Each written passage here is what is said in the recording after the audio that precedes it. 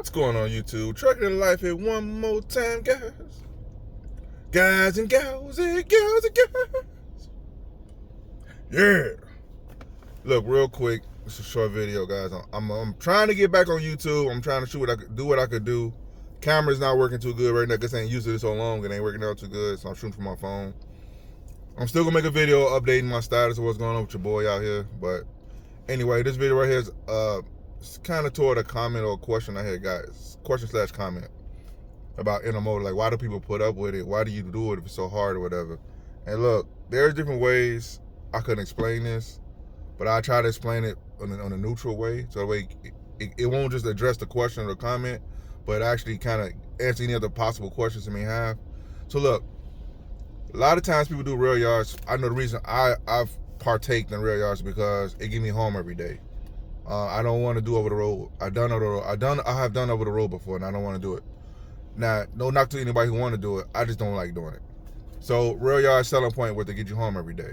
Now, there's different type of rail yard you could do, rail yard running you could do that will get you home more often than not. But yeah, you can kind of sleep out a little bit. And I'm gonna give a couple examples in this video. One way, you got local intermodal, where you home every day. You probably run either overnight, all overnight, and you still run local. You just be home in the morning, or you run during the day and you run like local and you home every night. Then you have like regional intermodal, whereas in like you may have to go 5 hours out from your domicile, or you may run like 4.5, 3 hours out from your domicile and do a couple short hops here and there. But anyway, more likely you get home. So that's the selling point of it. But also too, when you run regional, sometimes you may not get home every single day because it just you could get home, but you may not get home.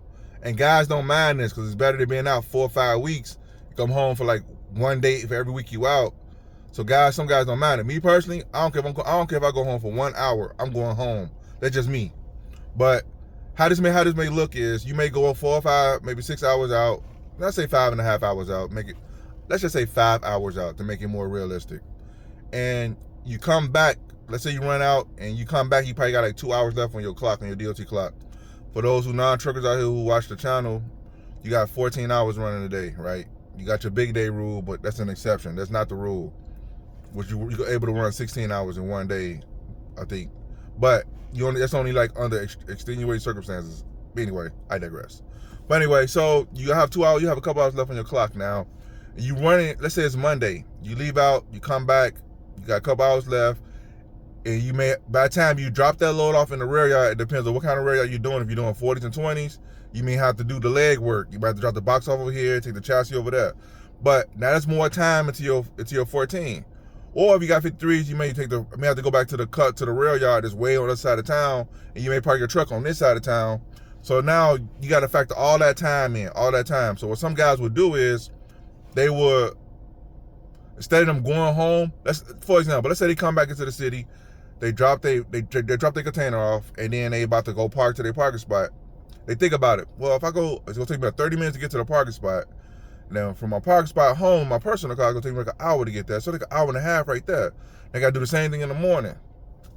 So instead of them doing that, going home for like the couple hours or whatever, they'll just go. If they load down for the next day, they'll just drop their load off the Monday night, go to the other rail yard that Monday night, pick up the other load and advance the load to where they got to go, and then shut down for 10 hours and then keep running. They stay out all week versus they could get home. Technically speaking, they could go home.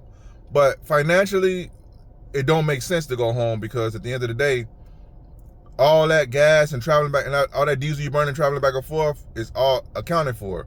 So if you could save money by advancing the load and also making your day the next day easier, so you may get back a little earlier the next day, you may have time to go home that day because you probably get back a little earlier. Depends on how the day go, how the rail yards go when you get back. But that's how some guys end up sleeping out in their truck throughout the whole week. Then they off on Friday night and they off until like Monday and do it all over again. But me personally, when I was running regional, I was pushing it to the limit, man. I was going home. Some days I didn't get home with under my 10-hour break. Matter of fact, on my way home was cutting into my 10 hours off. So that means when I finally do get home, I only got like a couple hours of sleep, a couple hours of family time, a couple hours of whatever I got to do, and I can get back to it. But that sacrifice I was willing to make, because I'm like, I got a bed back there, but I'm not finna use it. You know what I'm saying? I don't want to use that bed. I'd rather go home. But some guys, they don't look at it that way. But anyway, that's the reason why some people choose to do intermodal, because you get home more often than not. And if you don't mind stretching out, if you don't mind doing that second option, like the regional thing, sleeping in your truck and getting home, I think the option is a little better for people who actually don't mind doing it, first of all. And secondly, if something do happen, like an emergency happened at the crib, you could get home. Literally, you could get home sooner than if you was in California somewhere and you live in Chicago. You know what I'm saying? So, I mean, you got to kind of weigh your options. And I'm going to do a video breaking down the different sides of rail yards. I did it before, but I'm going to do a more structured video. I'm revamping the channel, guys. Like I said, my situation changed a lot. Once I get my camera situation back working, I'm officially make a video about where I'm at right now in my position. Because I always make statements in my videos about, if whatever the situation start working out for me, I'm out of there. Kind of give you a little hint. It stopped working for me. So anyway, but I'm gonna make a real video once I get my camera back working, and I'll be able to get it legitly done. In the meantime, this is why most guys do rail yards and intermodal, guys, because of that. They get you home. And at one point, it was paying pretty decent if you find if you position yourself in the right company, in the right place, you could really win in rail yards. But if you in the wrong position, in the wrong place, you could lose. I just say it like that. Lose a lot. Lose financially, lose time. Time is more important than anything to me. But you'll lose a lot of time, you'll gain experience, but you'll lose financially and time if you ain't careful. You'll not do rail yards. You will lose. Depends on how you, like I said, I'm going to break it down in a video I do formally. I guess it's the word I want to use. I don't know if that's the right word. It's too late, though. I can't edit it out, so it's too late. But you have to understand that